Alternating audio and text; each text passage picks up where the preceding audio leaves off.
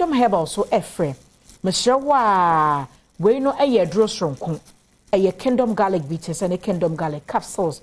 We no a reduce sradie ye woni pedrium. Aye. Afe wo sugar level no so kwa no e better so ma aba form. Ti wa wo sugar kwasro no pebi. Wow, blood pressure no e was so no pebi.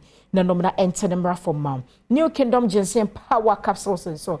We ya mema de enko a me show pebi no mo ate na mo ahoden foforo a wo de betina fidriem hodom. O pedo do to abefra Kingdom Herbal Center or Kanshi Drag Lane 0536149961 and 030393987 na omobeje so na me kono de na Esther Ann ase yemfa ya akosronko enko emama me adwoa mansa aka Achim Home Touch Choba Wakatia GCD Camp o papa ni mpompa eda fomo panyini kwadwo nyamena ye obode mrana ese teacher kwadwo wo Achim Osorase Nyankopon ya Adom a memenda ya ebe wase Nyankopon nya okese na onhye woden na onka wo ho na onchichire woni abusua ni nyina awre na memenda nso ye ba beta akire wo Achim Osorase na bibia aye kama me kwai di Adom's Fashionary wo Kumase abusua Kruwa Junction na se makrasem ena meka no atare bia no obepama ma wedding gown